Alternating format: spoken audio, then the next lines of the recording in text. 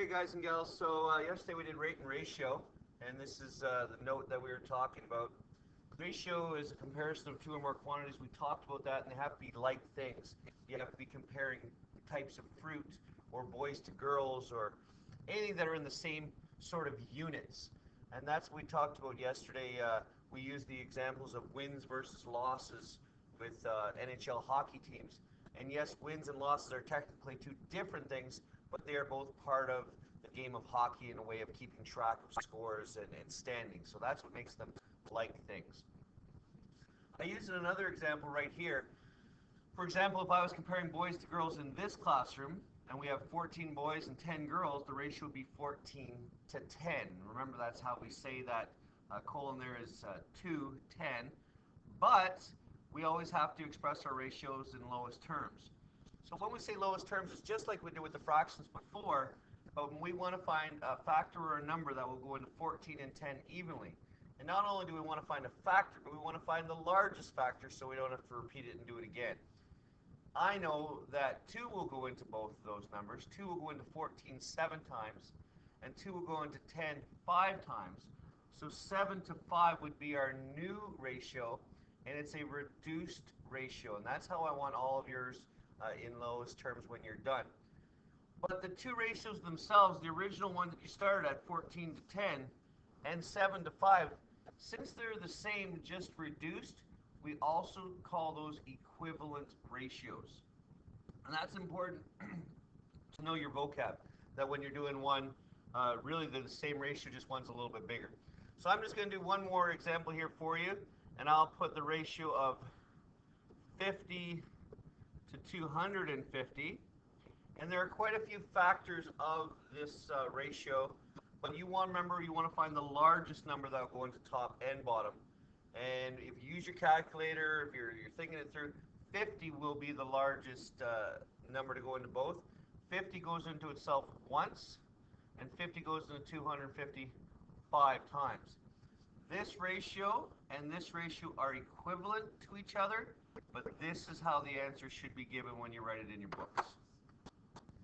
The second part of what we're doing today is rate, and unlike ratio, rate is a comparison of two different units, and you always try to get that unit to a unit rate of 1. So the second thing you're comparing to, when we're done, we're going to try to make it 1.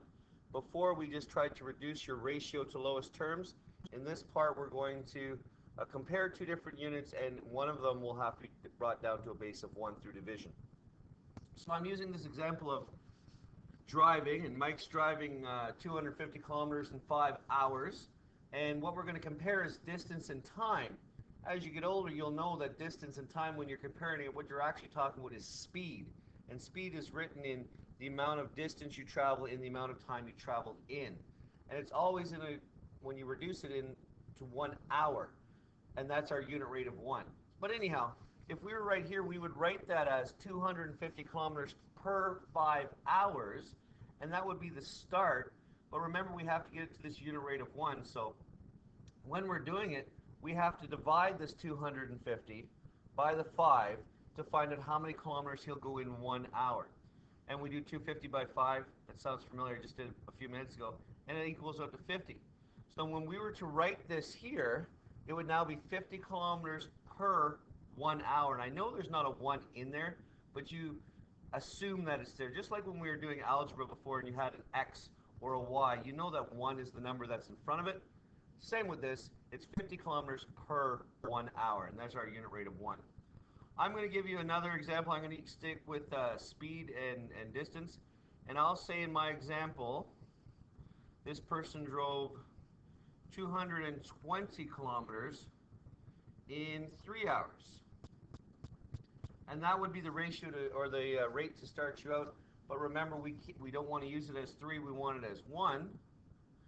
So what we'll have to do is we'll have to divide 220 divided by 3. That is not evenly, but I'm pretty sure that is 73.33 if I'm correct. It looks pretty darn close. And that would be 73.33 kilometers per hour. And that is the unit rate that we would be looking for. And sometimes it will be decimal. They will not always work out correctly. But basically to do it, you take your ratio and you get the second number to 1 by division. All right, also in today's work we started to talk about fractions and decimals and percents. And this is a review. We've looked at it a bit this year. You've looked at it every year that we've come up, but I want to make sure that we have it because we'll need all these sorts of things when we do our word problems, our ratio and rate problems that we're going to be doing over the next week or two. Anyhow, the first is where we take a percent and we're going to put it as a decimal number. So the first thing we want to do is percent as a decimal. Now, what you have to think about is we talk about percents in the idea of 100%. And I know there's some coaches out there that'll say I want 150% or I want 300% effort, but basically we're talking about 100. On a test you can only truly get 100%, and we're going to go with that as our number. Well, 5% of 100 is what we're really looking at, and if we were to write that, we would simply write it as a fraction of 5 over 100, because that is 5% of 100%. So it's really 5 over 100. We know that this looks like a fraction, and that could be a numerator denominator, but we also know that this line right here indicates division. So truly what we're doing is 5 divided by 100, and when we do that, our decimal number will be decimal 0.5. So if you have to take a percentage and put it as a decimal, that is how you would do it. You would put it over 100, and you would simply divide the top by the bottom. So there's one example. Here's another example. If I was to say 26%, we know that that's 26 over 100, and 26 divided by 100, if you use your calculator, is 26, or decimal 26. You might say, you know, Mr. Ross, I understand a way to do that even quicker, and we did talk about how we divide by base 10 numbers, and 100 is a base 10 number. Remember, we can divide by tens and hundreds and thousands, and we did it very, very quickly.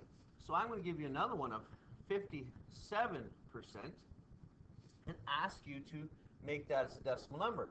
Now, basically, what we're going to be doing is dividing 57 by 100. Remember, when we divide by a base 10 number, we move it, the decimal place, to the left according to the number of zeros we have.